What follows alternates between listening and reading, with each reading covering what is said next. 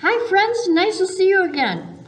Hey, I wondered if any of you took me up on my challenge last week to spend some time every day talking to God and with God. And I'm thinking that if you make that a regular habit to do that, it will be one of the best habits you ever make in your entire life. Probably even better than brushing your teeth every day. So I encourage you to talk to God every day, to share with Him your joys, your fears, your sorrows, whatever. You can share it all with God. And that's a relationship with a power source that you can't find anywhere else. So give it a try. Hey, I was talking about birds today because I really like birds. I watch them a lot and I like to see what they do, how they build their nests, what kinds of food they eat. And I'm always amazed at how God made so many different kinds of birds. He didn't make all birds red. He didn't make all birds yellow or blue or whatever. He made a whole different variety of birds. And I think that our God likes a lot of variety. He is a God who even made people different. We all have different colored skin and different color hair, and God likes that.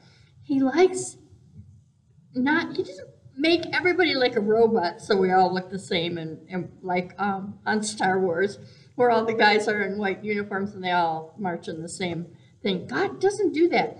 He has incredible respect for each of the creatures that He's made. And He doesn't treat us like robots either.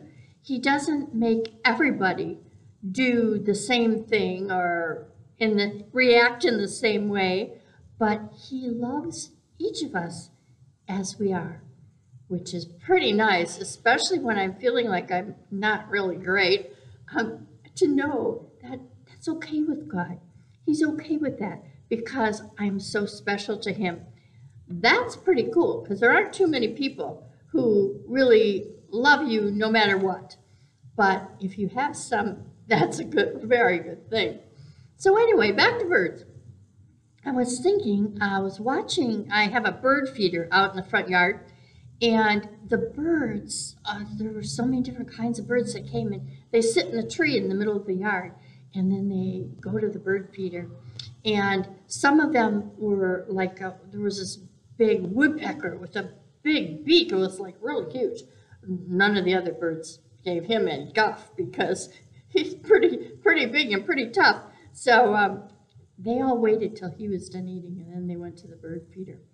My favorite birds in Michigan, although we have some beautiful red cardinals and blue jays, and the woodpeckers have that big red head, they're the birds that I think are the coolest are the little brown sparrows.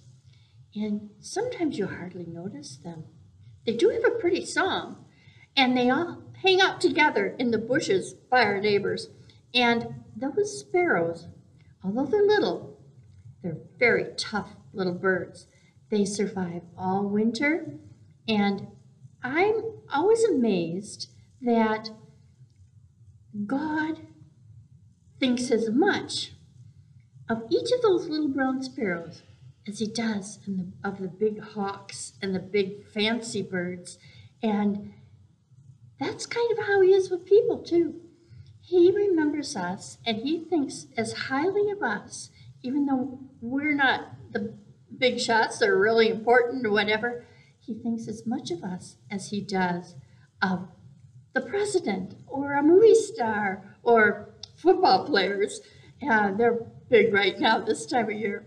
And God, that's really the neat thing about God. He respects each of His creations so much and loves us because He made us and not we ourselves. We weren't able to make ourselves. So remember, even though you don't see God, that He's there, He's active, and He is with you and loving you. And that's a good thing to remember. Anyway, have a great week, and I hope to see you again soon. Bye-bye.